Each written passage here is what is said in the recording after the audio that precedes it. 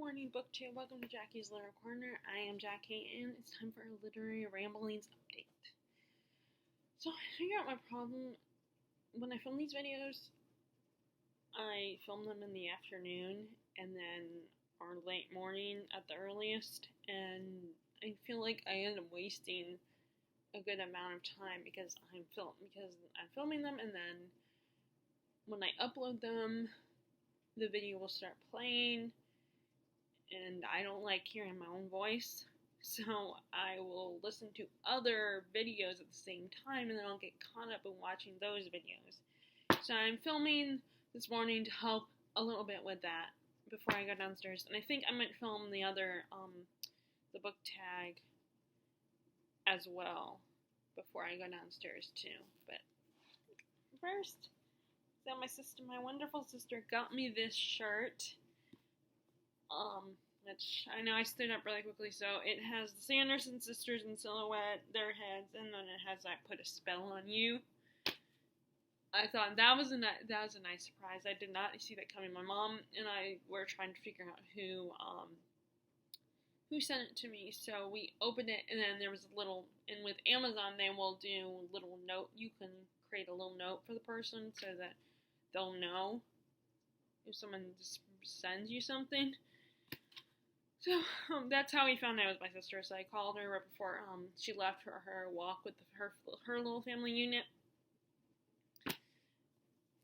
But anyway, okay, so let's talk about reading. Okay, so as you can see, I'm still reading the same books I was reading. I don't think I'm going to get Dracula done anytime soon. So, I mean, this is a kind of a chunky book. Not super chunky, not as chunky as not as chunky as Count of Monte Cristo or Wives and Daughters or Middlemarch, but still kind of a chunker. It's although it might also be the physical size of the book itself that doesn't look as chunky. Let's see how many pages. 300. Oh, yeah, it's not. It's only 365 pages. And like books like, I don't know what the page number of, like, Count of Monte Cristo is like over 1,000 pages, and then like Bleak House, which is 800 pages. I think exactly 800. I don't know how much Middlemarch is or Wives and Daughters, but those are pretty chunky books too. But I still am not going to get it done anytime soon. I'm kind of slowly reading through it. And like with Picture Dorian Gray, I'm definitely liking it better than I did the first time. It's still a little slow moving, and it's not a lot is happening. It's basically, we're just getting Jonathan Harker's journal when he arrives at the Count's castle. And he has been warned by all these people that, you're not safe, and this guy is the devil, and the devil incarnate. He's and they don't directly say he's a vampire, but, they keep giving him crosses and stuff like that, and do the Catholic, that and that. I don't know if that's the correct way, it's just that I did it, but, because I'm not Catholic, so if there's any anyone who is Catholic watching this, and I did that wrong, I apologize. But so he gets there, and he says it's so interesting because the way he and the Count interact, the Count acts like a normal man, a normal rich eccentric man. Of course, we know as the reader that he's not, but it's just so interesting how they're having these normal conversations, but there's an undertone of him being a little off-putting, and then eventually Jonathan is starting to realize, first of all, he realizes he's a prisoner in the castle. He can't go anywhere, and there's certain rooms he can't go into because they're locked. And he knows that the guy has a connection with wolves because he talks about how beautiful they sound when they howl. So he's a little disturbed by that. So he doesn't again, the whole vampire the vampire thing is not mentioned.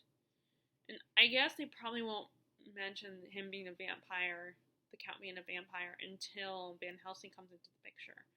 Then it'll probably be acknowledged, okay, this guy's a vampire. He sucks your blood, doesn't like garlic, when he sucks your blood, he could turn you into the undead like him, and he can turn into a bat. I think the bat thing is in here too, and he has a connection with wolves, which that part I really like. I think that's cool. But I don't know. I found the whole garlic thing kind of silly, but I mean, I was actually talking to my dad about this, and he was saying a lot of these things come from people. The whole vampire myth comes from people having a disease that makes them think that person is a vampire, and that includes garlic and like garlic comes into play in it and everything. So the garlic thing wasn't just made up, which at first I thought it was, because it just seems so silly that, oh, they have a pet peeve for garlic, which, yeah, I know garlic smells, and, you know, it can give you a notoriously bad breath and everything, but although I like eating, like, garlic bread and stuff like that, stuff with garlic, and I love the smell when someone's cooking dinner, like last night, for instance, I think it was last night, my mom was cooking with garlic, or maybe the night before, and just smelling it when I get back from going for my run is just really, really appealing, because it's like, especially when you're really hungry, it's like, you know, you're starving, and then the smell of garlic just wafts into your nostrils, and it's just so like, oh, that smells so good. But anyway,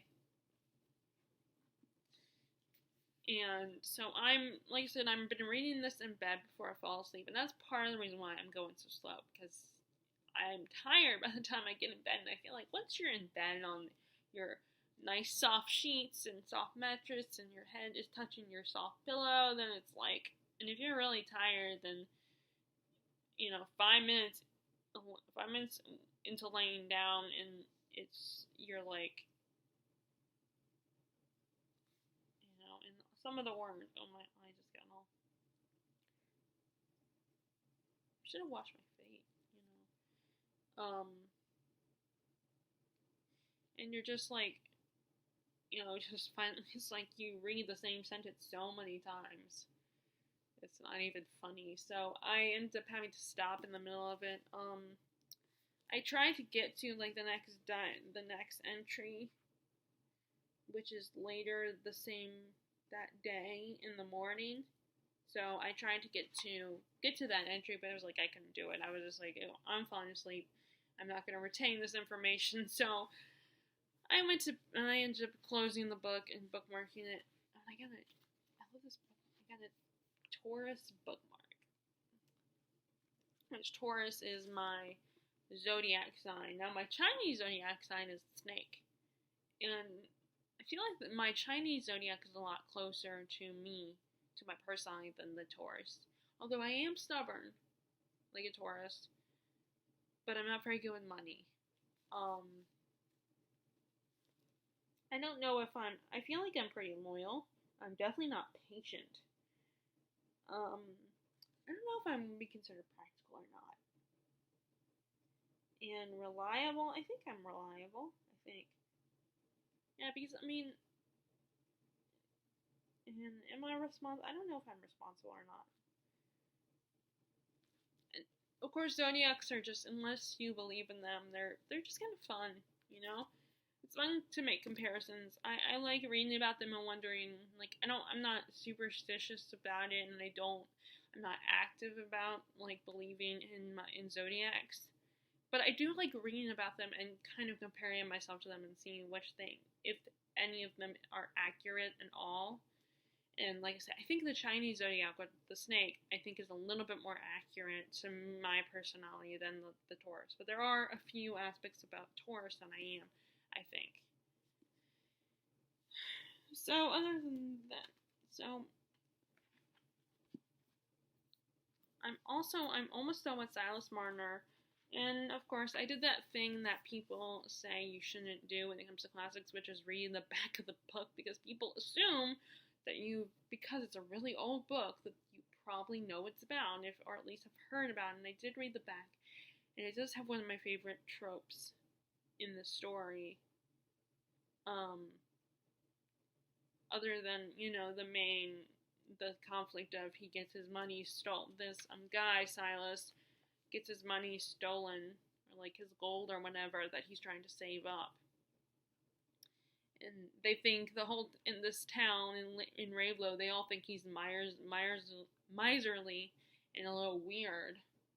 So they think he's kind of a bit of Scrooge. I don't know if they would have been familiar with if Dickens would have. Well, I guess yeah.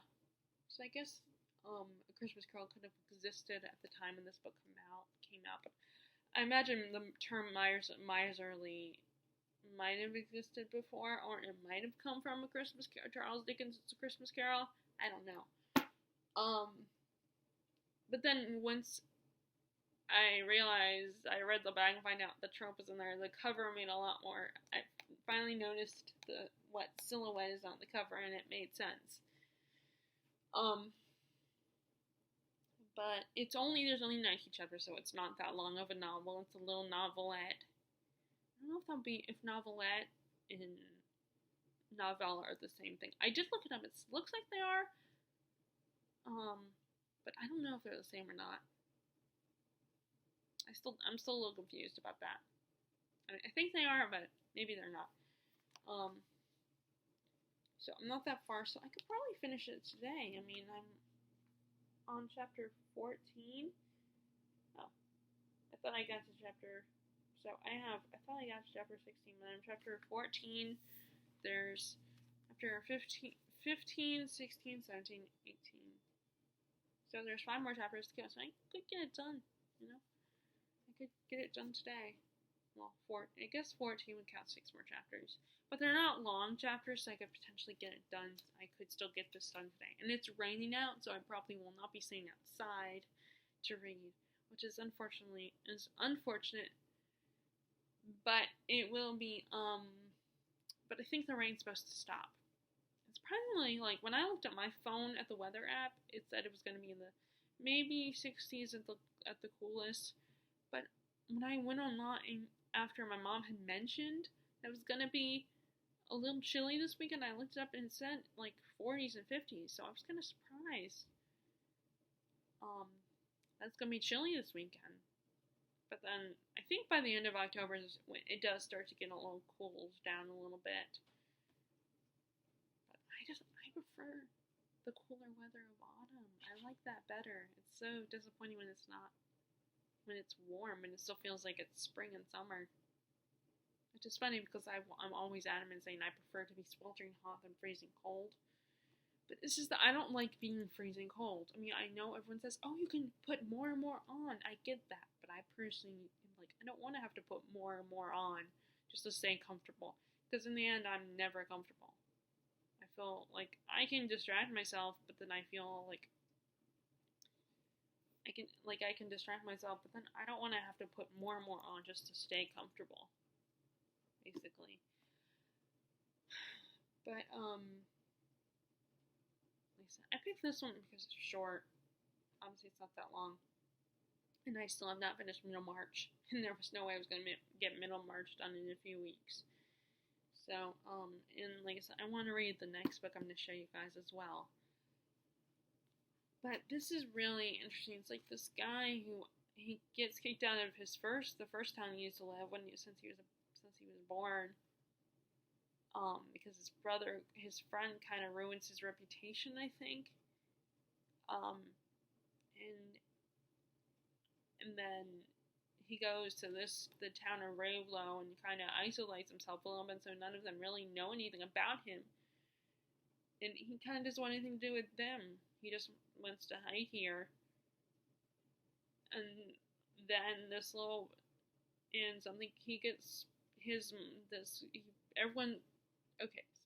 stumbling here. Well, people find out that there's rumors that he's pretty rich. And then, so one of the guys, I cannot remember his name, steals money from him.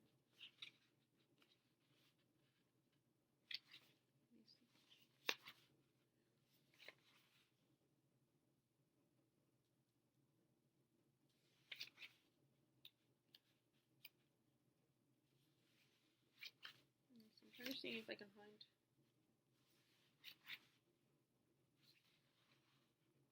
Dunstan Cass, who is the squire, the squire is one of his sons, robs from him because Silas Marner is dumb and leaves the door unlocked, and because he has that mentality, which I have that, although I can admit I have that mentality of certain things too, because nothing's happened yet. And people say it could. So this is an example of, yeah, things could happen. And he gets, Dunstan steals from, goes into his house and finds his gold and steals it. So he does have gold. And at first, for a moment, no one takes Silas Marner seriously when he tells them, because he just doesn't interact with the town that often. He keeps to himself. And like I said, at first they don't believe him, but then, he seems so upset and distraught, and they do start to take him seriously. And the townsfolk try to tell him to, calm him down and, try to help him figure this out. And we still haven't figured out this point in the story, where I'm at in the story. We still have not figured it out. No one's figured out who stole it. Although, Godfrey, Dunstan's brother, he knows what his brother is capable of, and he's already stolen, and Godfrey even believes that Dunstan has stolen his horse, but he doesn't think about that possibly his brother is the robber. And Godfrey's more worried about his relationship with Nancy, a girl that he likes in town. And Godfrey is a character that at first I thought he was cool, but now as the story progresses, my opinion about Godfrey has changed. I don't like him that much. I think he's a bit of a coward. And I feel bad for him with his dad and everything, because his dad is so hard on him, and especially because he's there, and he knows that Dunstan's a screw up, and that Dunstan will just disappoint him and doesn't care about anyone, so he puts out all his energy on Godfrey. So I do feel bad for Godfrey in that sense. But so there's some stuff we find out about him that's like, you're such a selfish jerk. But he's also human, so. And in the end, other people, there's also some positive that's come out, some of his selfishness too. There's some good thing. There's at least one good thing that comes out of his selfish actions. But yeah, this is this is enjoyable, and I like George Eliot's writing style. But I like most, I have my limits. I don't like Hemingway's writing. I'm not his staccato kind of writing style. That's the only word I can think of to describe it. I'm not a big fan of that. And I kind of like the early rights out of the Victorian era, and I can kind of get into the 1700s. I didn't hate the writing style for when I read. Oh, that's the other video I wanted to film. I was trying to think of some videos I wanted to film, and I remembered I wanted to film a video where I talk about the classics I've been reading in the last few years since we moved here. But I will think about that one later. I read Gulliver's Travels, and I could get into that, and I really love Count of Monte Cristo. It's taken me a long time, because it's a big commitment. It's over 1,000 pages long. So I like I like most older writing styles, unless it's something like Beowulf, then it's yeah, forget it, I need to read this with someone else. I am struggling with Paradise Lost when I did start reading, and I had trouble, and I probably didn't take in the whole thing, but, I'm hoping that whether Therese continues with it with me, or maybe when my dad reads it after I read it, he can help me, and we can discuss it together. And like I said, unless Therese sticks with it, and then she and I can talk about it, but I don't know if she's going to stick with it, because she sounds like she's a little, struggling a little bit to read it, or to get into it at least. So I don't know if she's going to keep going with it, which is fine. You know, well, maybe I still would like to do a buddy read with her someday.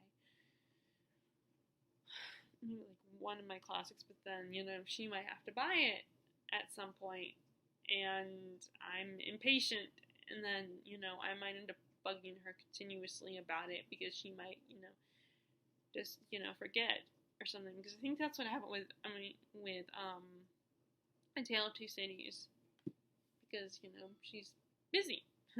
I'm not as busy as she or Larissa are, so anyway. So yeah, this is, but like I said, so in other words, I don't have any problem with the writing style of any of these kinds of books. I just don't like it when I think it's partly because I think I do lean more towards the flowery writing style, like a lot of description, which is funny because I wonder if now I could read Lord of the Rings. But I've already listened to an audiobook, and I don't feel like I should feel pressure to actually physically read the book, because I took in the story via audiobook, and it's still the same words. It's just someone else reading it to me. But this is why I feel like in audiobooks, you're still taking in the story. It's just you're not physically staring at the words and reading them to yourself. Someone else is reading them to you. Now, granted, yeah, I think like people like Steve Donahue was saying that the reason why he doesn't like audiobooks that much is because you're doing a lot of other stuff at the same time, so you're not really listening to the book. And maybe that's what happened with like Till, for instance. I read that one, actually a Steve Donahue recommendation. And yeah, there's things about in the Lord of the Rings books that I missed. But I feel like, yeah, you're going to take in the story more. I'm going to take in the story more if I'm reading the book. But I still think I am taking in the story. And Lord of the Rings is another big commitment, even when you have the individual books. So it's like, I don't want to commit to something like that. Like, I love the story and everything, but I'm not that excited to read it. To physically read it, I should say. Like, so I listen to it. But it's just every time I choose to watch, like Daniel Green, and I choose to watch this. I say that I will confess I choose to watch the video because I'm kind of intrigued what Daniel has to say about Lord of the Rings. But still, it's instinctive for me to roll my eyes and to feel like there's this undertone of pressure, like it's not good enough. I still need to physically read the book. But you know what? When I'm not checking out Daniel's videos on Lord of the Rings, then I'm fine.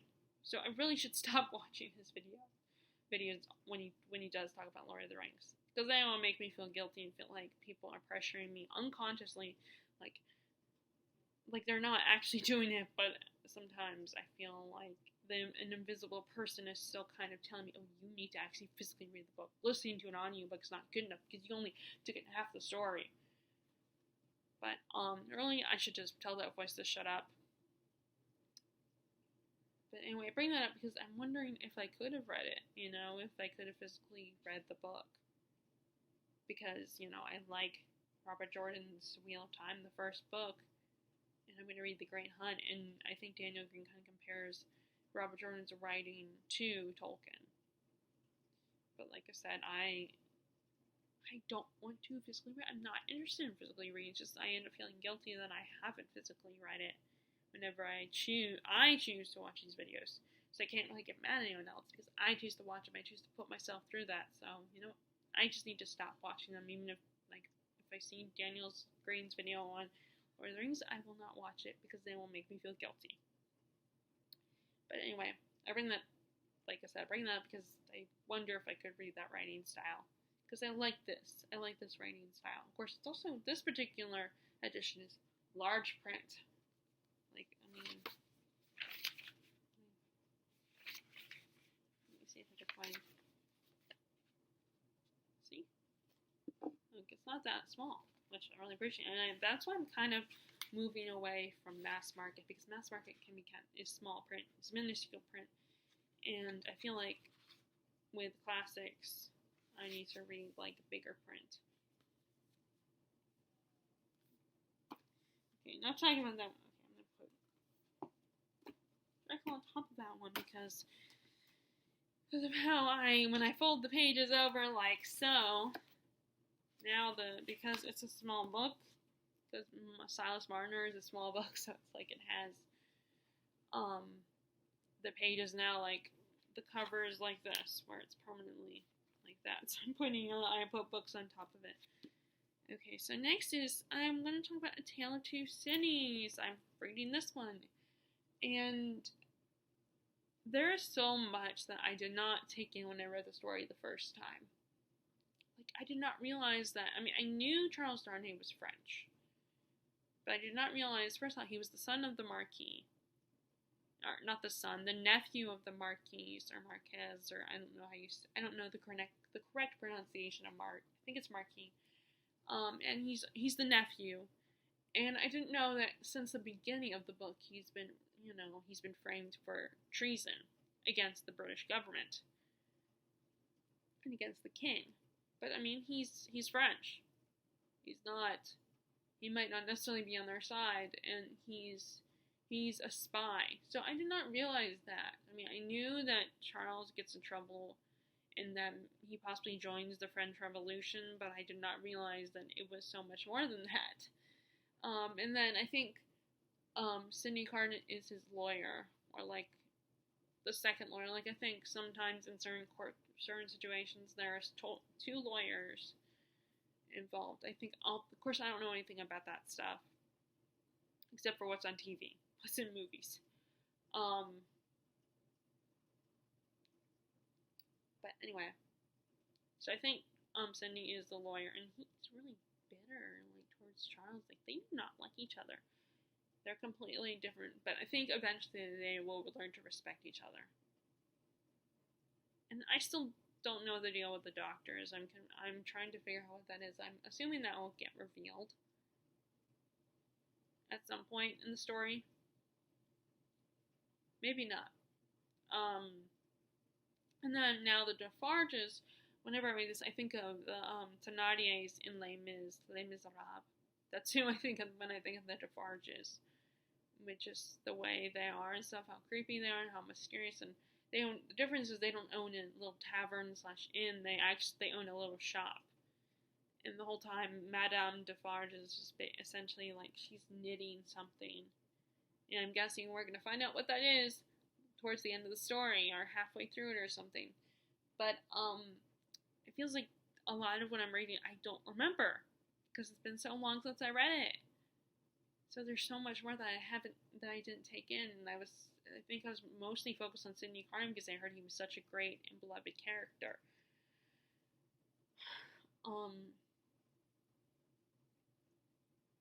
But what was the other thing I was going to say? I can't remember what I was going to say. Oh, so I do remember that the characters were some of the other characters, except for maybe the Defarges and Sidney, were kind of bland characters. And I have heard people like Jennifer Brooks and Katie from Books and Things talking about that. As far as storytelling, this is probably, and as far as story and writing, like plot and writing, like this is Dickens' best work. But as far as characterizations, like the characters went to the wayside. Like there are only a few characters that actually are compelling and interesting in this story. And while a lot of main characters are not as interesting and not as compelling. So I think people have mixed feelings about this particular one because it's his best writing, but it's not necessarily his best characterization. So I'll probably end up giving it I already know that I'm probably going to give it the same star rating that Jennifer Brooks did on Goodreads. But I like this because I'm kind of interested in the like revolutions and stuff like that, like the French and American Revolution. I was finding in the Russian Revolution, I find it intriguing people like trying to fight for freedom in these types of countries where they have a dictatorship or or they're a communist country. So it's always like intriguing. It almost has a little bit of romanticism to it, though war is not romantic. And all the blood and beating the crap out of each other and all, like, the details are not as romantic, of course, but there's the idea of fighting for your rights, fighting for freedom, for your country, and for the people, and like standing up against the government is, there's, and then the people that the wives, mothers, daughters, sisters, friends, female friends that have to wait around for you and trying to do their part in helping. It's just very, there is a little bit of romanticism, but it's also not very romantic either, because there's also blood and gore and people die a lot in these kinds of wars. But it's still a fun story, and I'm having fun reading some of the stuff that I did not take in before.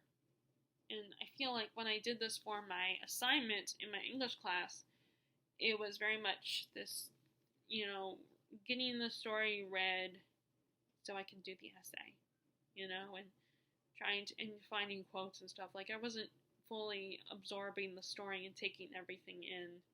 I was like so focused on getting what I wanted in my essay. And now I can relax and just absorb the story and not think about, I'm not a student anymore, so I don't have to worry about trying to get it read for, for my class and stuff. And I almost would like to reread like stories like Beowulf and, Sir Gawain and the Green Knight and see if I can get those. But I mean, of course, I need to get a better translation, a good translation for those. I mean, the good news is I've already read both of them, so I know what happens in both of them. But it doesn't mean necessarily I will remember what each word means or something, so I would need to still get a good translation. And the one we read for school I think was good, so I could find that one. And I know recently there recently came out a retelling of Beowulf, like a modern, like with a more feminist approach to it. So I was kind of intrigued by that.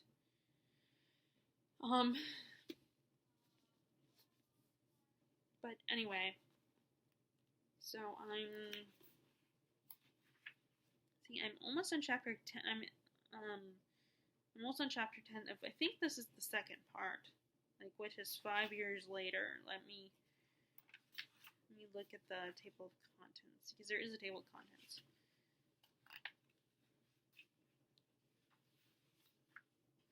I always skip the introductions. I never like reading the intro. I don't care about it. I just want to get to the story, so I always skip the introductions and like if they have timelines or something.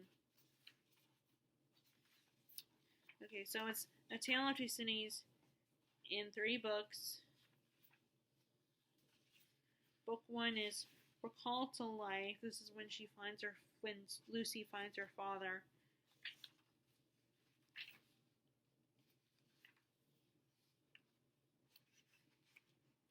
I thought there was a little table of contents, but I guess not. This looks like what, I cannot remember her name. Well, I don't remember her name, so I can't really, I'm not gonna.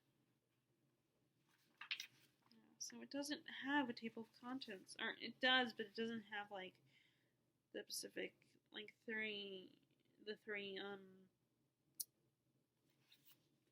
I think there's 3 books in one, so,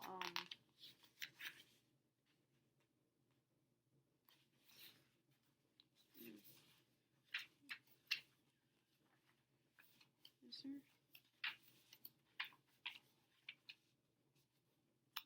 Yeah, it doesn't say, it just says,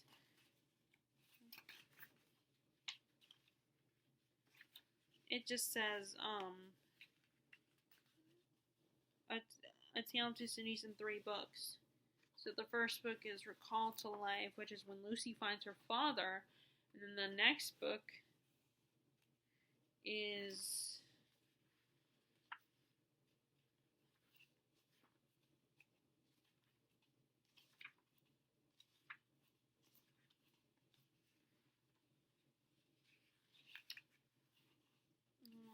I'm not gonna waste time with that because you guys are probably bored. So the next book is when we meet Charles and Sydney and get to know them. And like I said, we find out that information, which I didn't, like I said, I did not know about Charles. Oh, I also did not realize he was a spy.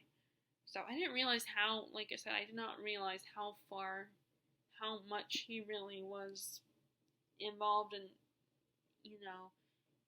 in betraying the government, the British parliamentary, and just his, like, how deep he was in it. I mean, I know by the end, towards the climax of the book, he is part of the revolution, but I didn't realize how much he was part of it. Like, I thought he had just joined the revolution, because he was this young, dumb kid who was like, I'm going to be part of the rebellion because I believe in the rights of the French people, and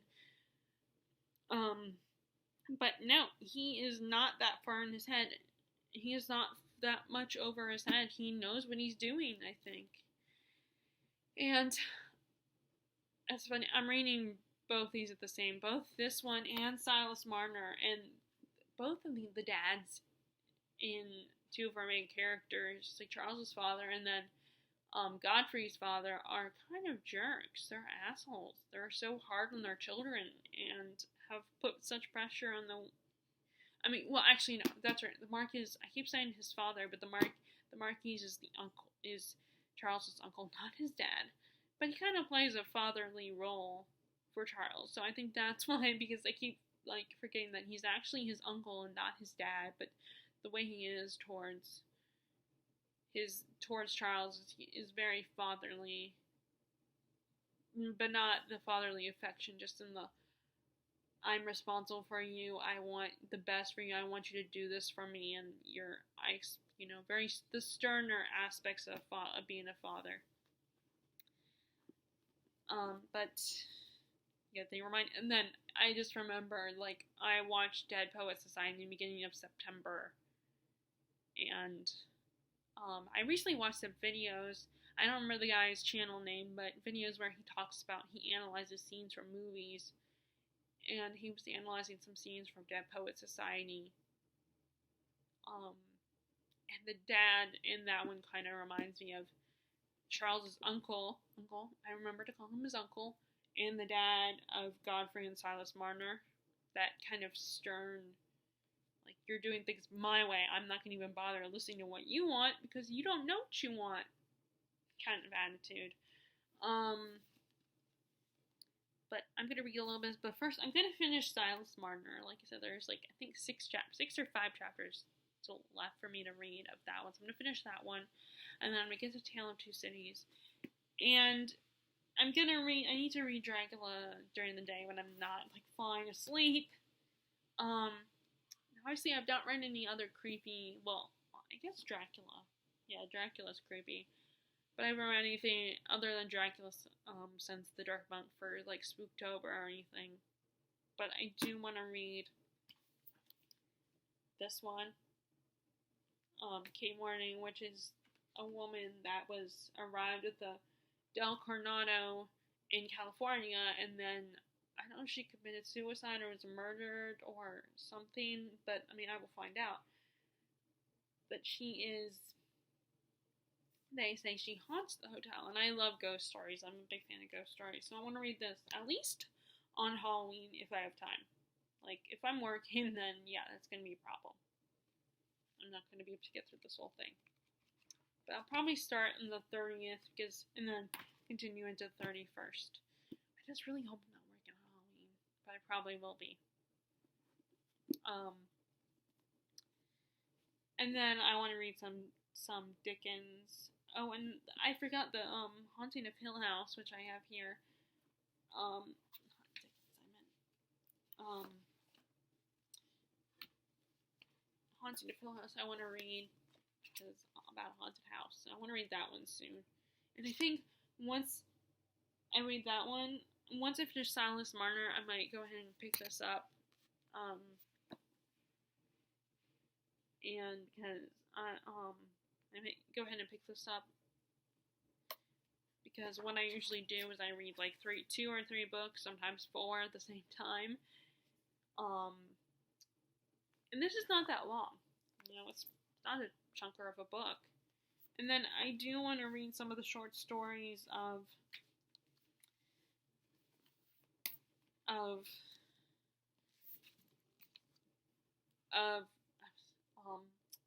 Sherlock Holmes by Arthur Conan Doyle. I want to read some of them.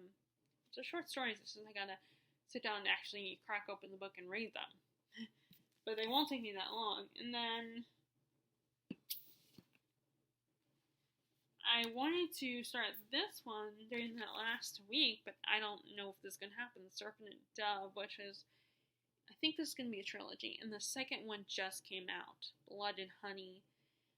This is, I think, like I said, alternate history. A witch and a witch hunter get married, but the witch hunter doesn't realize she's a witch. So, and it's a paranormal romance story. I'm a little wary of that because I'm not as big into that anymore. But I'm gonna try it. I bought it. I bought the hardback book, so it was a bit pricey. And then I did put, I think I took Blood and Honey off my Amazon wish list.